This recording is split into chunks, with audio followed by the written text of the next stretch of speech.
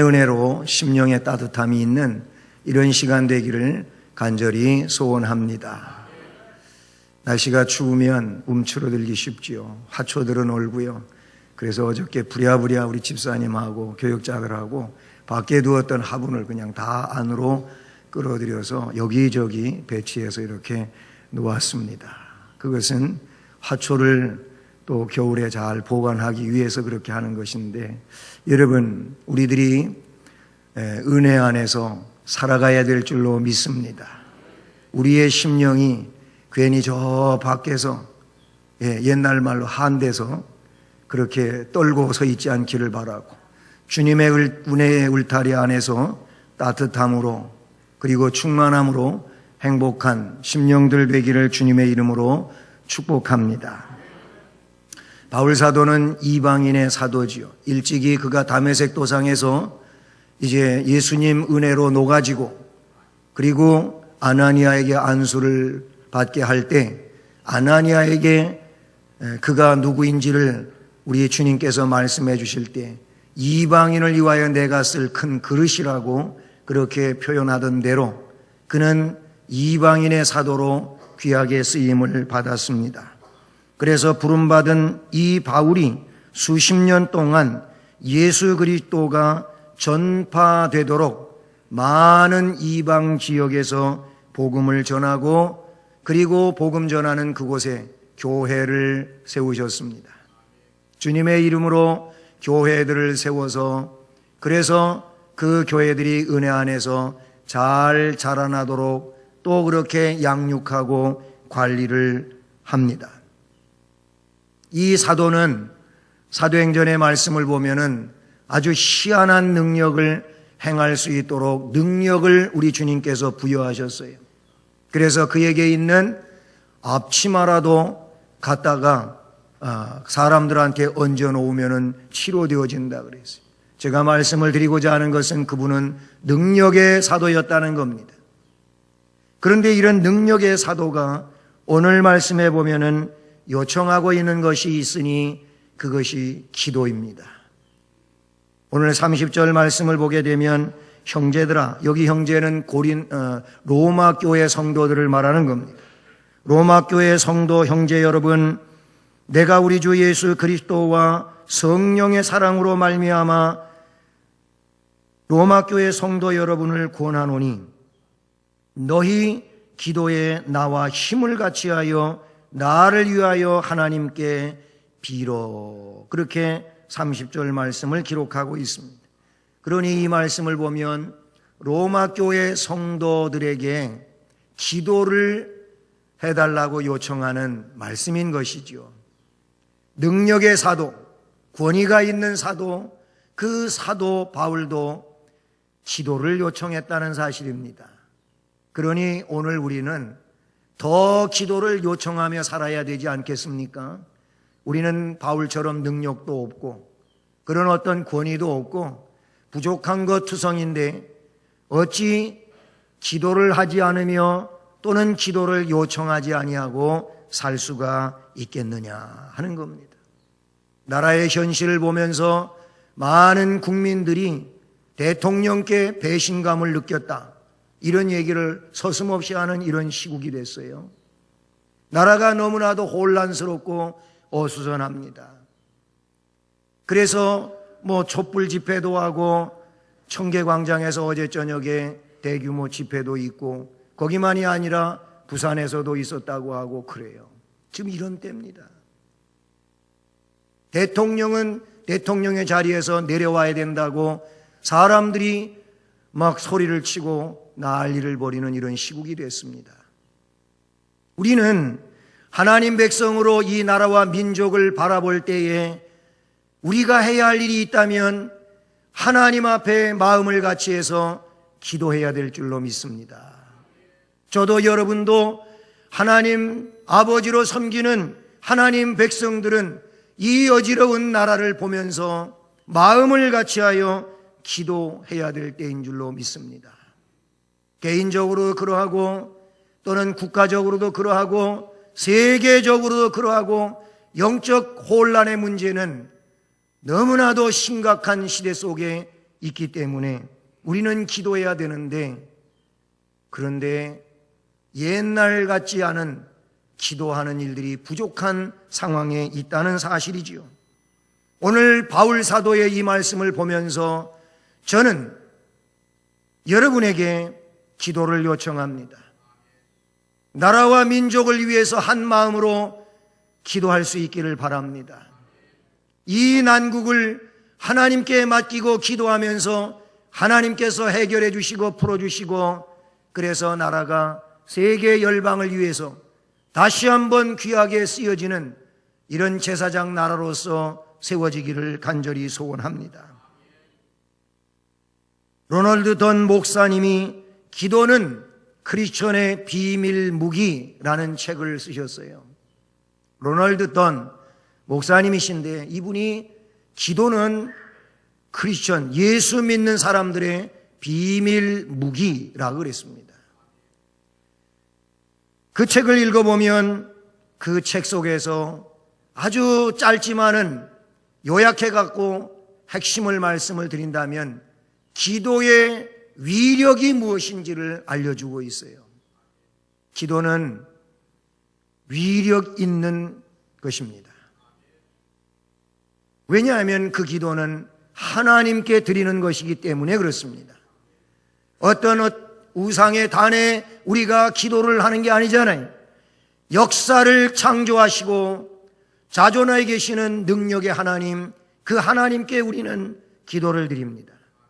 그러므로 능력의 하나님은 우리의 기도를 들으시고 우리의 마음을 읽으시고 하나님의 능력으로 역사하심을 믿습니다. 그렇기 때문에 하나님께 드려지는 기도는 위력이 있다, 그런 얘기입니다. 때문에 기도의 비밀을 잘 알고 있는 믿음의 성도들은 기도하는 사람인 줄로 믿습니다.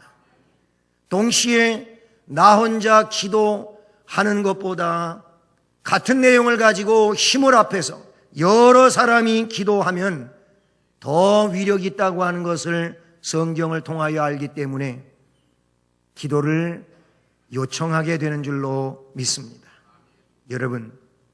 여러분은 자신이 겪고 있는 어려운 문제라든지 꼭 필요한 기도의 제목을 다른 사람들에게 기도해달라고 요청할 수 있는 사람이 몇 분이나 계십니까?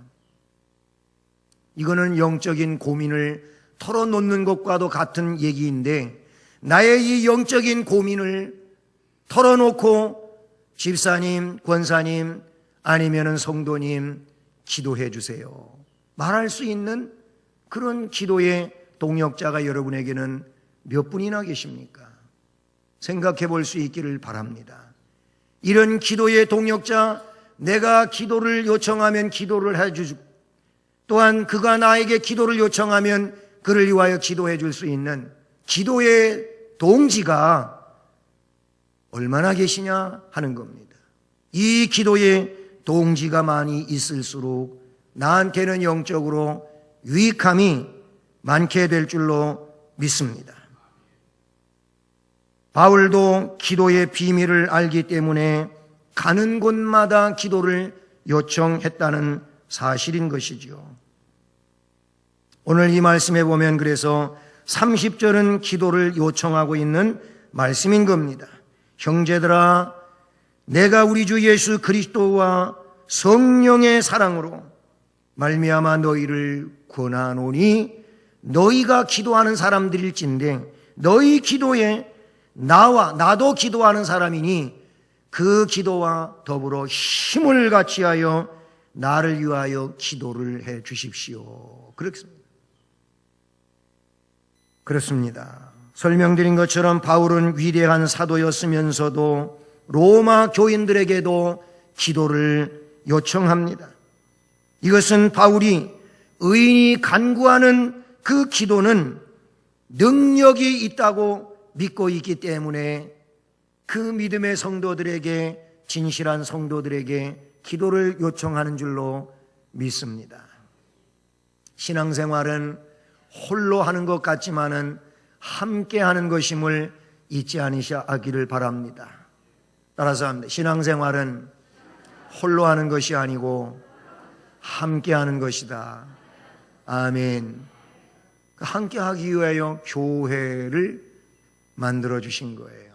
우리 주님이 교회를 세워주셨는데 교회는 함께하는 거예요. 어떤 사람들이 함께하는 거냐면은 하나님의 빼냄을 받은 사람, 하나님의 불러냄을 받은 사람들이, 이 거룩한 하나님의 부름 안에 있는 사람들이 함께 모여 예배드리고 찬송하고 기도하고 봉사하고 이렇게 함께 신앙생활 하는 줄로 믿습니다. 그러므로 우리가 기도도 함께 할 수 있기를 간절히 소원합니다. 바울 서신들을 보면은요, 바울은 남들을 위해서 기도를 참 많이 했어요. 네? 자기 동족 이스라엘을 위해서도 기도했고요. 이방에 가면은 안디옥을 위해서도, 갈라디아를 위해서도, 고린도를 위해서도 그는 기도했어요. 소아시아는 물론이고요. 가는 곳마다 교회가 세워지고, 그리고 그 교회의 성도들을 또한 위하여 기도하고, 또 그런 지도자들에게 자신을 위해서 기도해 줄 것을 항상 부탁을 했어요. 다시 말씀을 드리면 다른 사람의 기도에 힘입어서 그는 어쩌면은 복음 전도 사역을 능력 있게 감당했는 줄도 모르겠습니다. 그에게는 많은 환난이 있고 역경이 있고 박해가 있었지만, 그런데 그런 박해 속에서, 역경 속에서 그가 넉넉히 이겨내고 해결할 수 있었던 것은 바로 성도들이 지원해주는 기도 덕분이었을 줄로 믿습니다. 저도 우리 수원성심교회 성도들이 저를 위해서 많이 기도해 줌을 느낍니다. 이 자리를 빌어서 다시 말씀을 드리지만 저를 위해서 끊임없이 변함없이 기도해 주셔서 감사를 드립니다. 안 하셨어요? 왜 아멘을 안 하시는 거예요? 아멘 하신 분들도 많이 계시지만 기도해 주셔서 정말 감사드립니다. 바울은 이렇게 그 지원해 주는 기도의 응원을 힘입어서 사역을 넉넉히 감당합니다. 우리가 보면 한 사람이 여러 사람을 위해서 기도할 수 있지 않습니까? 그런가 하면 여러 사람이 한 사람을 위하여 기도합니다. 이거는 우리에게 적용되는 내용인 줄로 믿습니다. 여러분 한 사람을 위하여 많은 이들이 기도해 줍니다. 예? 구역장님과 구역 식구들이 위해서 기도해 주지요. 기관에 여전도에 남전도회가 있으니 남전도 여전도 회원들이 나를 위해서 역시 회장님을 부르다 기도하잖아요. 그러니까 기도만 받고만 있지 말고 어떻게 해요? 구역장님을 위해서, 구역원을 위해서, 또 회장님을 위해서, 그리고 회원들을 위해서, 교회와 성도들을 위해서, 여러분 한 사람이지만 많은 사람을 위하여 기도해야 될 줄로 믿습니다. 그런 기도의 원리를 우리에게 말씀을 해주고 계세요. 오늘 말씀에도 뭐라고 말씀이 이어집니까? 그 30절에 보면은 바울은 그랬어요. 너희 기도에 나와 함께 힘을 같이하여, 이런 말씀이에요. 나와 힘을 같이하여 함께 기도하자는 겁니다. 여기 힘을 같이하여, 이 의미의 기도는 어떤 거냐면 씨름을 같이 한다는 거예요. 그 사람과 힘을 함께 해가지고 함께 뭔가를 한다, 이 말이거든요. 그게 기도라는 거예요. 사도행전에 보게 되면 적어도 크게 4번씩이나 그 함께 하는 일에 대하여 말씀하고 있는 본문들이 나와요.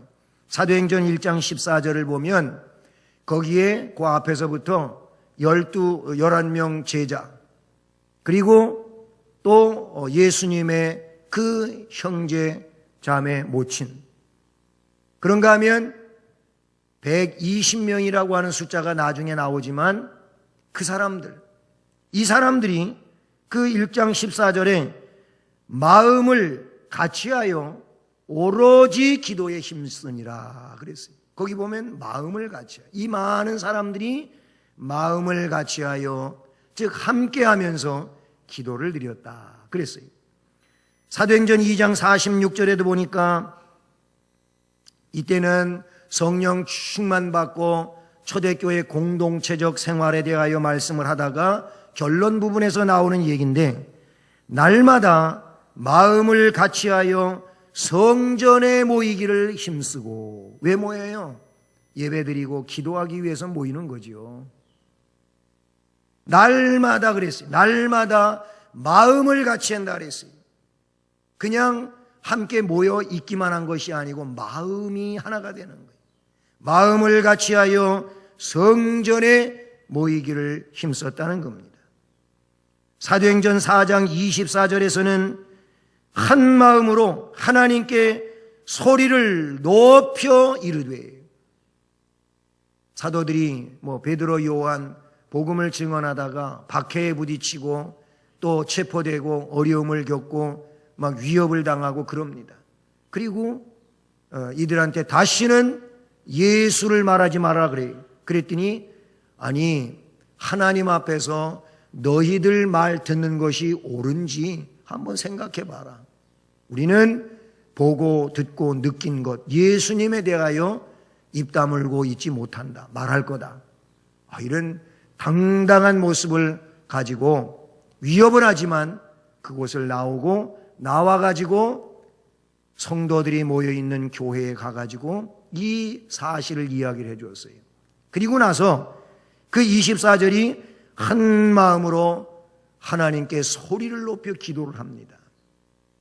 그래서 놀라운 역사가 일어난다는 얘기가 뒤에 가서 나오게 되지요. 거기도 보면 한 마음으로 기도했다는 거예요. 사도행전 12장 12절, 거기에 보면 베드로 사도가 야고보가 칼로 목베임을 당한 그 이후에, 야고보가 죽고 난 이후에 베드로도 죽여야 되겠다고 이제 체포됐어요. 그래서 옥속에 깊이 갇혀 있는데, 그런데 그때 예루살렘 교회 마가의 다락방에서는 성도들이 모여 기도하고 있었어요. 성경에 보니까 그 기도에 의하여 하나님이 천사를 보내시고 옥 깊숙이 갇혀있는 베드로를 쳐서 깨워가지고 하나님의 능력의 방법으로 추록을 시킵니다. 문을 4개를 통과시키고, 그래서 안전하게 베드로가 추록되게 만들어요. 베드로가 이게 꿈을 꾸고 있는 것 같다 그랬어요. 정신 차리고 이제 이게 꿈이 아니구나 알고 그가 찾아간 곳이 마가의 다락방이었습니다. 가봤더니 거기 이렇게 기록되고 있어요. 마리아의 집에 가서 여러 사람이 거기 모여 기도하고 있더라 그랬습니다. 거기도 보면 여러 사람이 모여서 함께 기도하고 있었습니다. 베드로의 추록을 위해서 기도를 했었겠지요. 마태복음 18장 29절을 보면은 우리 예수님께서 이런 말씀을 하셨어요. 두세 사람이 내 이름으로 모인 곳에는 나도 그들 중에 있느니라. 주님의 이름으로 2명, 3명이 모였다면, 그냥 모인 게 아니고 주님의 이름으로, 예수 이름으로 2-3명이 모였다 한다면 그곳에 누가 함께 하셔요? 예수님이 함께 하신다 그랬어요. 왜 모인 거예요? 기도하기 위해서 모인 거예요. 그렇습니다. 이렇게 바울 사도는 지체들에게 기도를 요청했습니다. 우리도 이 어려운 시대 속에서 기도를 나누고 공유할 수 있기를 바랍니다. 그래서 여러분, 기도를 지원받고 기도를 지원해주는 이런 은혜의 삶을 살아갈 수 있기를 바랍니다. 그러면 바울 사도가 요청한 기도의 제목들은 무엇이었겠습니까? 우리도 이런 내용들을 보면서 기도를 요청하는 기도의 제목들을 한번 생각해 보자는 것입니다.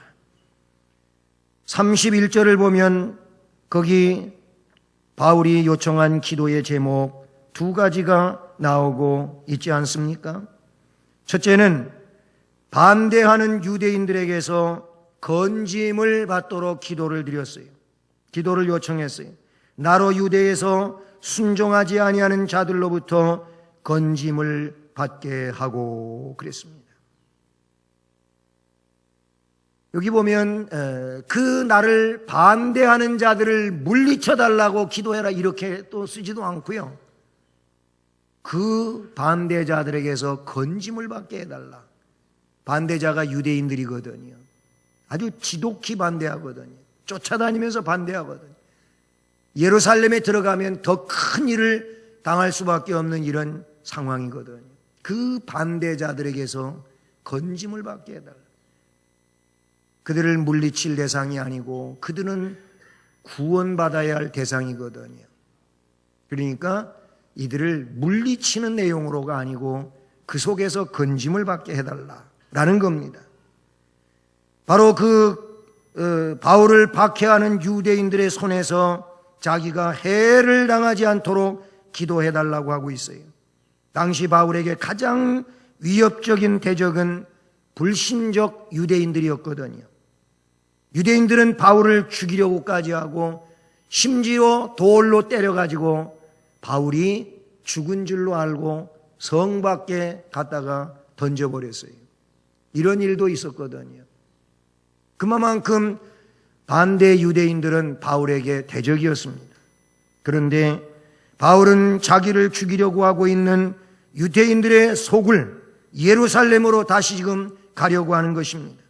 여기서 우리는 바울의 뜨거운 사명을 느끼게 되는 것이죠. 보편적으로 보면 나를 대적하고 안 좋게 취급하고 그렇게 나를 못살게 굴고 죽이려고 하는 곳에 가지 말아야 되겠다 그러는데 바울은 또한 소명을 가지고 그곳에 가는 것, 사명을 위하여 살기도 하고 죽기도 하는 바울의 모습인 것이죠. 그래서 바울은 예루살렘에서 아무 일을 당하지 않도록 기도를 요청하고 있는 겁니다. 어쩌면은 이 기도와 하나님의 역사에 의하여 바울은 안전하게 되는 줄로 믿습니다. 바울은 이 기도대로 응답을 받았어요. 사도행전 21장 27절과 또 23장 23절을 보면 바울이 예루살렘에 갔는데 잠시 동안만 안전했지 즉각 체포되고 그리고 이 유대인들로부터 둘러싸여 가지고 성경에 나온 표현대로라면 바울이 몸이 찢어지게 생겼어요. 유대인들이 막 이팔 저팔을 붙들고 잡아당기고 다리를 붙잡고 막 잡아당기고 그의 옷은 만신창이가 되고 이제 몸도 막 그들의 줄다리기에 의해 가지고 찢어지게 생긴 판에 그런데 군사들이 개입이 됩니다.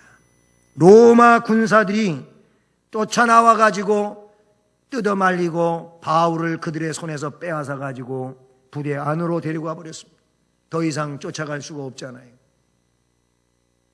그들에게서 건짐을 받게 기도해달라고 요청하던 대로 바울은 그들로부터 지금 심한 고난을 겪고 있는 터에 로마 군인들로 인하여 구출이 되고 저 로마에 갈 때까지 바울은 군인들의 호의를 받는 이런 상황에 놓이게 됩니다. 여러분, 요청한 기도가 응답이 된 줄로 믿습니다. 두 번째 내용은 역시 31절에 이어지는 말씀인데 또 예루살렘에 대하여 내가 섬기는 일을 성도들이 받을 만하게 하고 그랬어요. 이게 무슨 얘기냐면 예루살렘 교회가 흉년이 들었어요. 기근을 당했어요. 그래가지고 심히 어려운 이 팔레스타인 지역이 되었습니다. 그런데 바울이 지금 복음을 전하고 다니는 소아시아라든지 아니면은 마게도니아라든지 아가야라든지 이런 지역은 그래도 풍요롭잖아요. 그래서 그곳에 세워진 교회와 성도들에게 예루살렘 교회를 돕는 구제 헌금을 요청을 합니다. 그러면 이제 헌금이 모아졌잖아요. 이 헌금을 가지고 예루살렘에 가가지고 그 유대 성도들에게 이거를 그들의 헌금을 갖다가 주게 되는데 그런데 예루살렘에 있는 유대주의자들은 아직도 유대 사상에 짙어가지고 이방인들을 구원의 백성으로 취급을 안 하는 사람들이 많았거든요. 베드로 사도 같은 경우에도 이런 유대주의자하고 국수주의자였잖아요. 그런데 성령이 고넬료의 가정에 급파하심으로 그때 베드로는 하나님이 유대인들만 구원시키는 하나님이 아니구나 알게 되죠. 그러나 아직 예루살렘 교회 성도들, 이 유대에서 기독교인으로 개종한 사람들이 이방인 구원 문제를 꺼려하고 있는 거예요. 그러니 이방에서 헌금을 모아가지고 갖다가 구제하려고 내놓으면 이방인들의 그런 돈을 안 받으면 어쩔까 하는 생각이 바울에게 있는 거예요. 네? 유대인들은 그런 정도의 사상을 가지고 있었던 거거든요. 그러니 이 유태인들이 바로 이방에서 전도해가지고 세워진 교회와 성도들을 받을 수 있고 그들이 보내는 구제 헌금도 잘 받아들일 수 있도록 기도해달라라는 그런 말.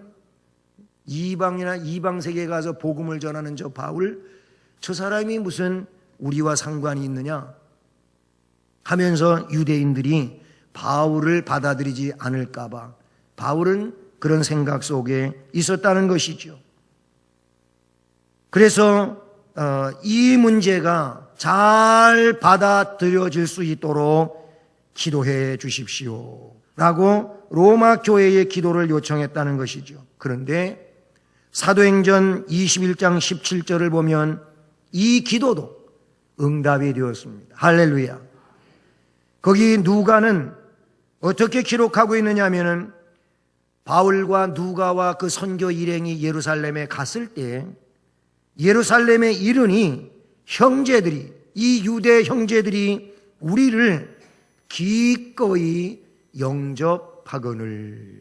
여기서 기꺼이 영접했다고 하는 말은 기쁨으로 맞이해 주었다, 그런 얘기인 겁니다. 기도의 그 요청대로 예루살렘에 갔을 때 문제가 없었다는 겁니다. 예루살렘 교회와의 문제는 없어요. 아직도 예수를 구주로 믿지 않는 유대주의자들의 유대인들이 문제였지 기독교로 개종한 유대인들은 이제 하나가 되었다고 하는 것을 나타내주고 있는 것이죠. 세 번째 기도의 제목이 있습니다. 그것은 32절에 기록이 되고 있는데 나로 하나님의 뜻을 따라 기쁨으로 너희에게 나아가 너희와 함께 편히 쉬게 하라. 아멘. 기쁨으로 로마 교회를 방문하고 그리고 그 로마에 가서 평안히 지낼 수 있게 해달라라는 기도를 요청하고 있습니다. 개인적인 위험을 이제 다 이기고 교회적 위기를 다 벗어나서 로마에 편히 이르며 거기서 로마 교회 성도들과 평안히 지낼 수 있게 해달라, 이런 기도를 요청했다는 것이죠. 하나님의 뜻을 조차 그랬어요. 하나님의 뜻을 조차, 즉 기쁨으로 로마에 가기를 바라고 그리고 하나님의 뜻대로 이 역사가 이루어지기를 바란다는 것이죠. 그는 이제까지 여행에서 겪은 수많은 소란 가운데 쉬고 싶었던 개인적인 마음도 있었을 겁니다. 그리고 로마 교회 교인들의 신실한 믿음을 알았기 때문에 그곳에 가서 평안한 가운데 그들에게 복음을 전하기를 원하는 면도 있었던 겁니다. 물론 그가 자유함으로 로마에서 전도하지는 못했지만 감옥이라고 새 집을 얻어서 그 새 집을 벗어나지 못하게 군사들이 지키게 하고 하는 중에 그곳에서 교대 근무로 오는 군인들에게 복음을 전하고 그리고 자신을 면회하러 찾아오는 이들에게 복음을 전하고 그는 로마에서도 자유롭게 그런 상태에서 복음을 전했습니다. 사랑하는 여러분, 어쨌든 이 세 번째 기도도 그는 로마에 도착하게 되고 재판받는 신분이었지만은 역시 그 안에는 평안이 있었다는 사실이죠. 바울의 이 기도는 응답이 되었어요. 사도행전 27장 24절을 보면 그는 가이사 앞에 서서 재판을 받습니다. 그 이전에도 죽을 수밖에 없는 그런 상황이 많이 있었지만 하나님이 그때마다 다 위기를 넘기게 하시고 살려주시고 문제가 되지를 않았어요. 풍랑 속에서도 자신은 물론이고 그 안에 타고 있는 276명을 다 살려내는 이런 일도 합니다. 그리고 멜리데 섬에 도착했을 때 독사한테 물려서 죽는 줄로 알았지만 사람들이 지켜봤어요. 야, 저 독사한테 물렸으니 저 사람 죽는다. 저 사람 죄인인 게 맞다. 사람들이 그러고 지켜보는데 독이 하나도 그에게 작용을 안 합니다. 그랬더니 사람들이 마음을 바꿔가지고 이 사람은 하늘에서 내려온 신이라고까지 해요. 이런 일도 있었어요. 독사한테 물려 죽을 뻔하기도 하고.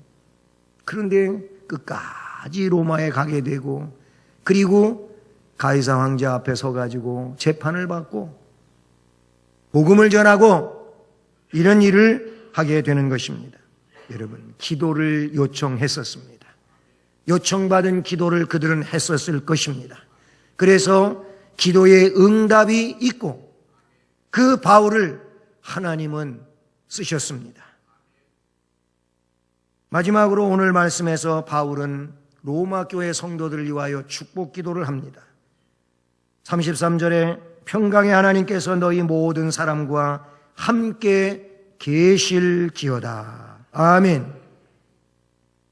평강의 하나님, 여기서 말하고 있는 평강이 중요한 건데 이 평강은 예수님이 어떻게 말했느냐면 세상에서 얻을 수 있는 게 아니라 그랬어요. 세상이 주는 평안이 아니라 그랬어요. 세상이 주는 것 같지 않은 평안을 내가 너희에게 준다 그랬어요. 그건 우리 주님만이 주실 수 있는 건데 예수님이 내 안에 오시면, 성령이 내 안에 임재하시면 그 사람들에게 이 평강이, 이 평안이 함께하는 줄로 믿습니다. 여러분, 편안하지 않아도 평강이 있으면 평안합니다. 믿으십니까? 아무리 편안해도 평강이 내 마음속에 없으면 그 편안함이 아닌 거예요. 세상에 편안할 것 같은 사람들이 있는데 돈이 많아서 편안할 것도 같고 건강해서 편안할 것도 같고 뭐 여러 가지로 잘 돼서 편안할 것도 같고, 그런데 그 사람 입에서 나오는 내용을 보니까 편안하지 않은 거예요. 불편하다는 거예요. 뭐예요? 이게 편안하다고 편안한 게 아니에요. 마음이 평안해야 편안한 거예요. 우리 주님이 주시는 평안, 그 하나님의 뜻을 쫓아 너희 안에 평안하기를 바란다는 겁니다. 평강의 하나님이 너희와 함께 하시기를 바란다는 겁니다.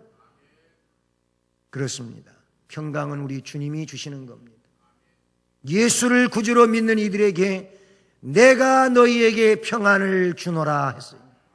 오늘 우리는 바울의 축복 기도에 나오는 것처럼 하나님께서, 이 평강의 하나님께서 여러분 모든 분들에게 함께 계시기를 축복합니다.